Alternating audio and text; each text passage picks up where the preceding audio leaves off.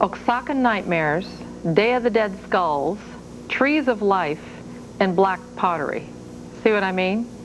But these describe some of the most exciting, traditional, hundreds of years of tradition in crafts of Mexico.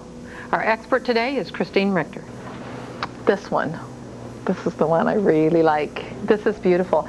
I'd like you to meet Christina Richter from Artes de Mexico. Artes de Mexico. Hey, it wasn't bad. I almost good. got it. We're at Bazaar del Mundo in San Diego, and Christine is going to give us some tips on Mexican art and artifacts and craft. I don't know how we describe most of these old world skills. Most of them are folk art by the indigenous people.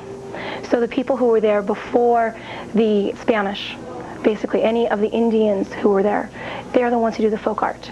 And this is one piece that came from Oaxaca.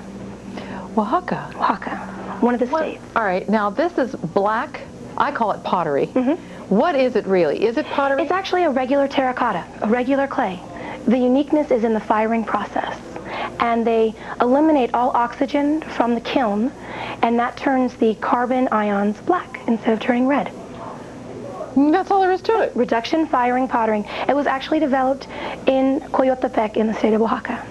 Now, is there anything special we should look for? Because wherever Mexican art crafts are sold, you find the black pottery. What you want to look for is the shine and the brilliance in the pottery. And that's done with the firing, and they also do burnishing where they rub it with a stone to make it very, very brilliant. So that's going to give us the quality that we're looking for. So the difference between a high quality piece and a lower quality piece is going to be the shine. What about thickness of pottery? You actually look for a thinner piece because you want a more challenged, a better quality craftsman can make the piece just as beautiful and use less clay. Finer. So we're looking for finesse. Yes. Oh, wonderful. And what would we expect to pay for something like this? This one is $47, is that right? $47.95? I need my glasses. That is beautiful. And that's a very reasonable price for a piece like this. What it is this is a special piece which we requested by the artisan themselves. They gave us different styles and numbers of what were available, and we had these made just for us. Brilliant. Yeah. Because I can see this in a very contemporary setting. You don't have to have a Latin setting. Not at all. For a lot of the Mexican art craft. Okay, now, I've always been fascinated by their lizards and dragons. What is this thing? I mean, it's very, very fine paintwork. Extremely. They come from, again, the state of Oaxaca. And what you'll have the husbands who generally do the carving, the wives do the painting. And they paint them with brushes, and all these teeny white dots are painted with a hypodermic needle. Oh my gosh! Yeah. We'll have to try that in our craft segment. That's the only way they can get them without spilling and getting more on the so on the piece. fine. This is Jacobo Angeles. He actually was here for our last festival. And his wife does the painting, and she actually starts signing them now. Jacobo Angeles y esposa. She wants credit. And the spouse, Yes. and the wife. Wonderful. Now, what is it with the dragons and the lizards? Why this subject matter? It's basically what was able to be drawn out of the wood. When they would look at this piece, the artist saw a turtle. In the case of the dragons, those are actually flying nightmares, and they're made out of paper mache. Flying nightmares? Yes. So what do you think of your favorite nightmare? Well, it actually acts more like a gargoyle to ward off the nightmares. The nightmare. And they make them so ferocious that the nightmares are too afraid to come near you. I love that idea. Yeah, they're called Alebrijes, which is a mythical word. It's not actually a word, but neither of those creatures. They are wonderful. Oh, I think I'm going to go home with one of those. Now, tin work, since I've been traveling to Mexico, tin has always been very popular, very prevalent. And I think we don't take it seriously enough. But when I see a piece like this, I mean, and you look at the workmanship that's in this, now we're in a whole different league, right? Why the tin? What's the history of the tin in Mexico? Again, the tin comes from the state of Oaxaca, And it is something that has been prevalent because people would take cans and they would recycle. You'd see a lot of pieces done in a recycled finish. They like the shiny and bright of the gold in the cathedrals, which the common person couldn't afford. The tin could allow them that brilliance without the cost. So you see all this wonderful form in a very inexpensive and humble material. Exactly. However, the work that goes into this, every piece of this is hand cut and then hand attached or hand fashioned. These are stunning, and especially if you're traveling and you see mirrors done this way, yes. they're wonderful. You see them in the most elegant environments, and they really are true works of art. Of course, then you can always find the little pieces that are all colored. That's more of a tourist thing as opposed to an art craft. True. Which is quite different. Now, there's some tin pieces that are tinted. Actually, they're aged. Aged. Aged with hydrochloric acid. So if you like the more rustic look, you choose one that, will this ever age? Will this ever tarnish? It'll become a little bit darker. But you can treat it with wood oil, and that'll prevent it from darkening. If you like the brilliance. Yeah. Okay, now, here's an art form that I have recently discovered. In fact, I know it's been around for a long time, and it's only new to me, but I see a lot of this beadwork. It's so intricate, but I've never really understood how they do it. Oh my, look at this bowl. Quite incredible, isn't it? It's a prayer bowl. This? Oh, it's a gourd. That is beautiful. Now, what is a prayer bowl? It would be used for any kind of spiritual service. If they wanted to have a wish for a good harvest, or a wish for a good future, or prosperity, or good children, you know, a lot of children. All of these are given as offerings to the gods. Now, tell me about this beadwork. This is a rather unique piece in that it incorporates tiny beads. two different works. Here on the edge, it's stitched. If you see, you don't see the hole on these beads. And this is only done by the Ruiz family. They are the only ones who do that style of work. The other beads are hand set, starting in the center, working their way to the edge. And you do see the hole? One by one. So are they glued? They're set into a natural beeswax.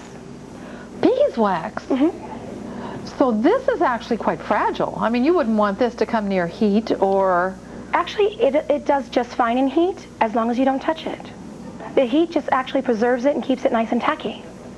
So it's not real stable, though. It's not something you could come in and brush with a cloth or something. You want to use a nice feather duster.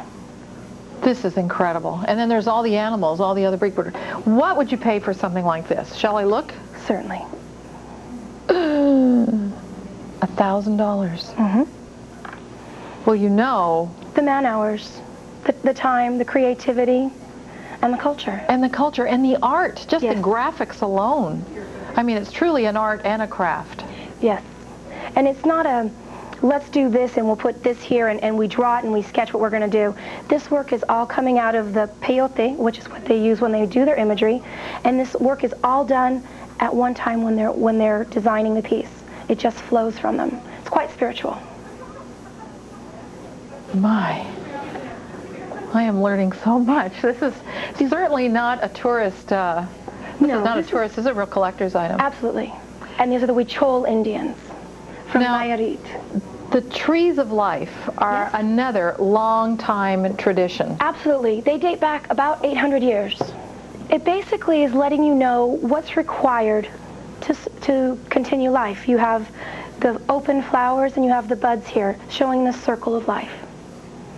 If you would see a mermaid tree of life, it would show you sea urchins and octopus and different pieces pertaining to a mermaid, which she would need to complete the cycle of her life. But where does this come from? Why the candelabra? It's basically, it holds candles. And why would this be, where would it be used? I mean, 800 years ago, was it ceremonial? It was ceremonial, again showing the cycle of life in a three-dimensional form. It wouldn't necessarily have had the candle holders. This way, it would have had a single candle holder. And the themes, they tend to run, sometimes they're Adam and Eve. You just said there's a mermaid theme. Right, there's also a Day of the Dead. But this one with Adam and Eve is showing a combination of the Christian beliefs and the indigenous people. A combination of the two, actually. It's a nice blending. Speaking of the Day of the Dead, that's another tradition. Yes. We're going back to Arte de Mexico, where Christine is going to explain the tradition of the Day of the Dead. Christine, I have to confess that I understand there's a great deal of tradition with the Day of the Dead theme. Yes. but I have a hard time getting my head around this because it is so scary looking. There's actually nothing to be scared about. It's a tribute to their loved ones who have died. When the indigenous people die, they believe they go to a better place, not a worse place. Okay, so you picked up one that's a little more macabre than others.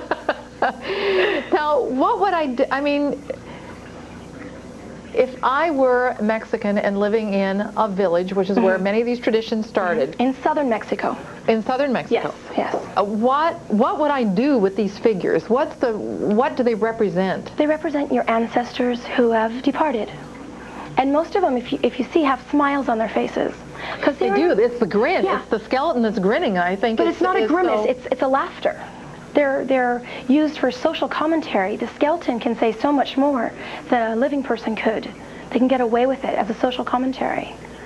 Political. So they're happy. Absolutely. This is not a grimace. This is not an evil kind of thing. It's a celebration. Now, there is a celebration in Mexico on November, the All Saints Day, the night before, which is when we celebrate Halloween. Right. But actually, in many of the villages, the celebration starts on October 27th and runs all the way through to November 1st, ending on November 2nd.